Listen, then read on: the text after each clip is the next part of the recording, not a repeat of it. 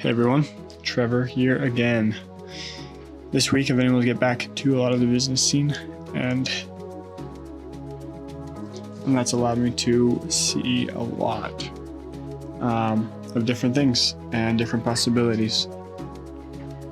So I'll start with some smaller things and build up to some bigger possibilities I've seen.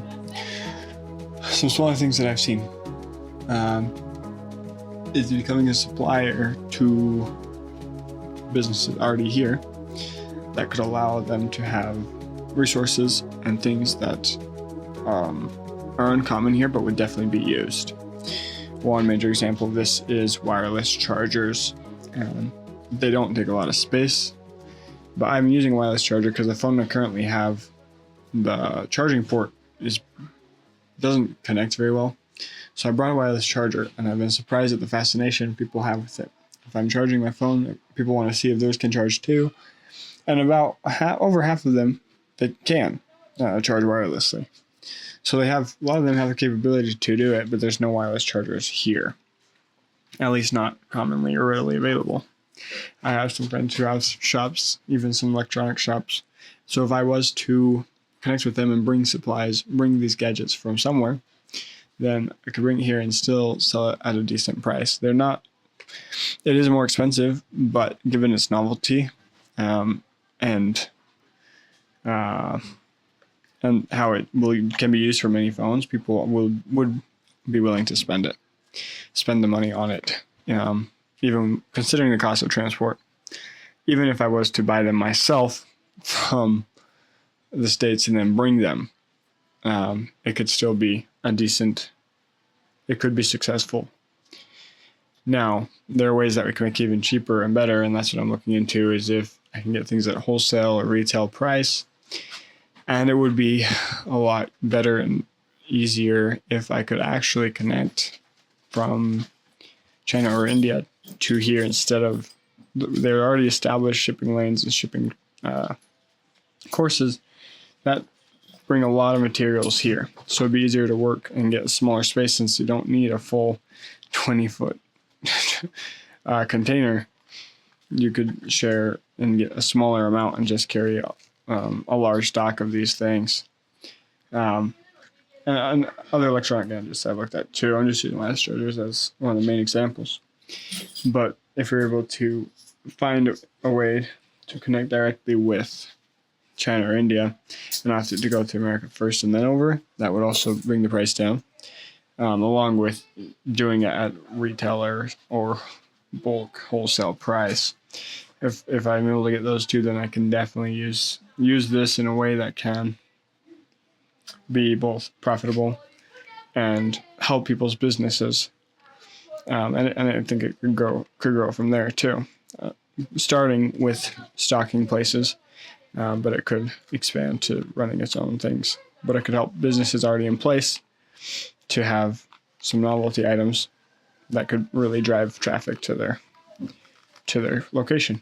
So that's a really big one that I've been working on a lot this week, and I've seen a lot of possibility there if I can connect some more dots. That's similar to what I'm seeing with games, but games I want to look at a tourist location,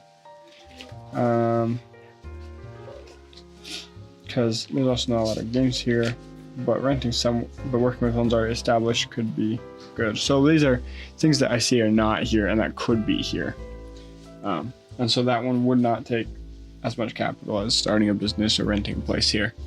And so that's really an appealing possibility. Just looking into trading. The issue is I feel a little quite overwhelmed this week on some days, because it's hard for me to find people to get the specific numbers from, try as I might. So I guess part of the issue is that it doesn't make much sense to bring things from USA to here unless it's specific things that are only found in the USA.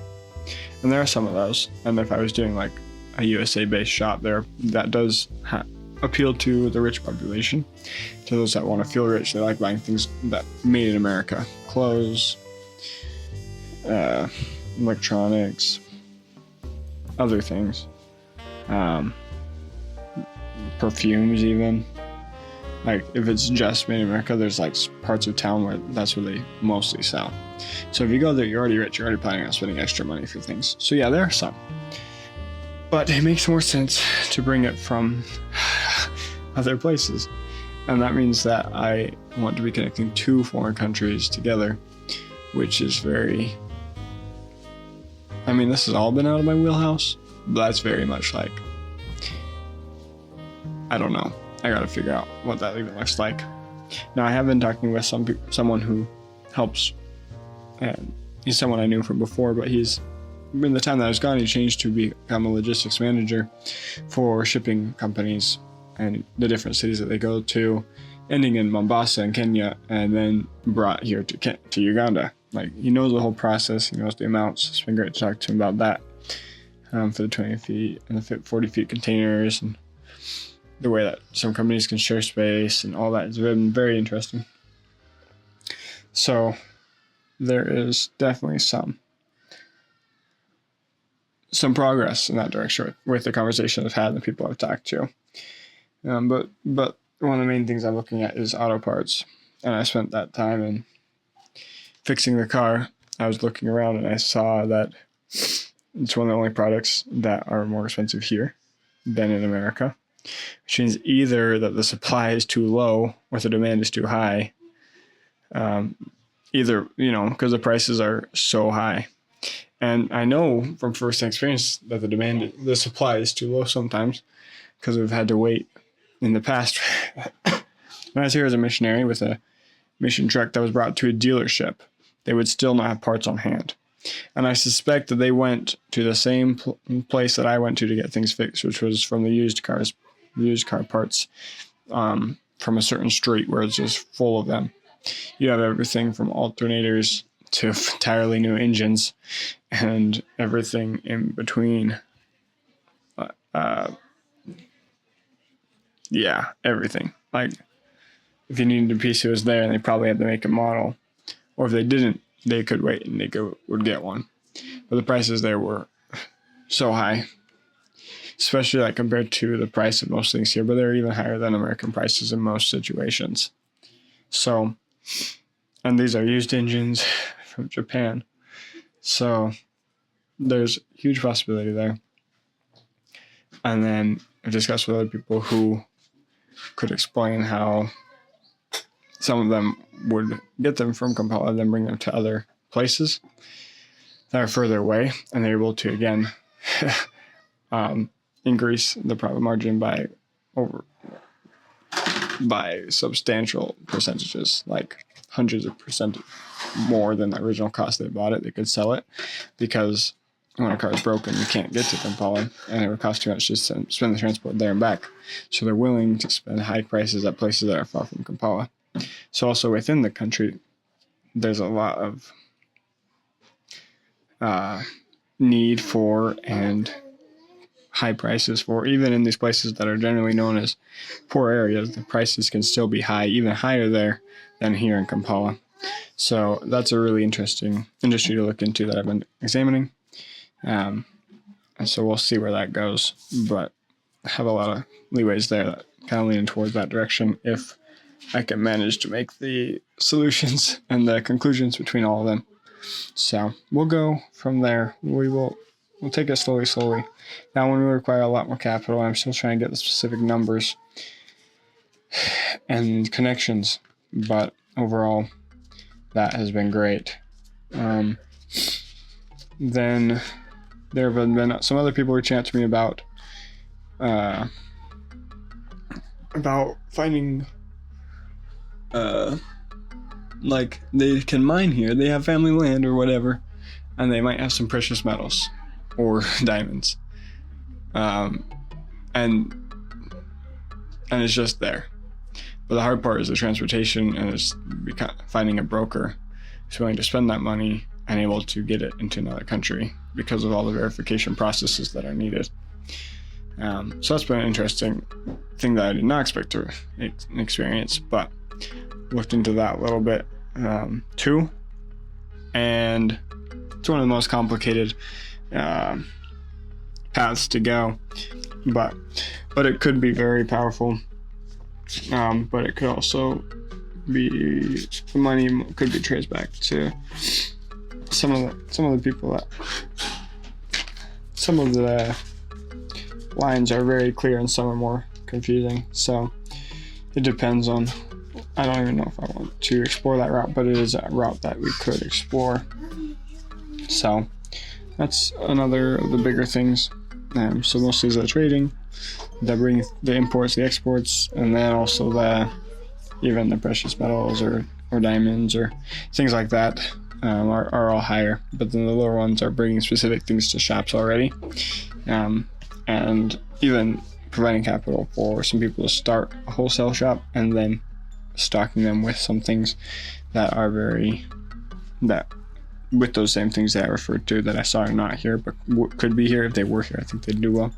If they were able to start that and then stock them, that could also be an effective and powerful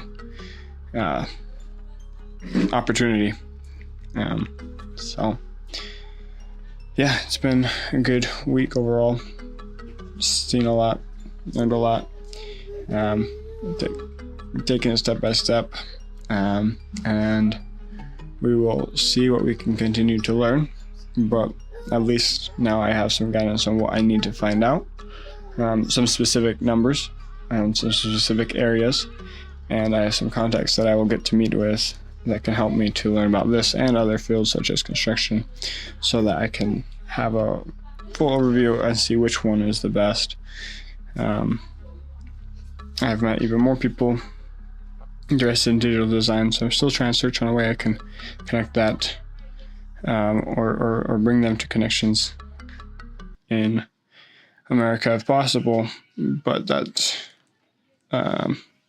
one I'm really not all that familiar with, but there's huge potential here. There's a lot of people interested in video editing, animation, digital design, and things like that. So if they had an easy platform that would allow them to connect them, that one could also be very powerful for both parties. So all in all, that's been most of the things that we've gone over in a nutshell. So been a great week, and yeah, had some hard days, but I had a lot of good days too. Even the hard days had good things mixed in. So yeah, with that, Uplift Uganda. Uplift Uganda is a production of Food for Thought Audio. This episode is written and produced by me, Trevor Dyches, with music and post-production by Kenny Mears. Be sure to follow us on Facebook, YouTube, or Instagram, or wherever you listen to podcasts for more content. And until next time, thanks for listening.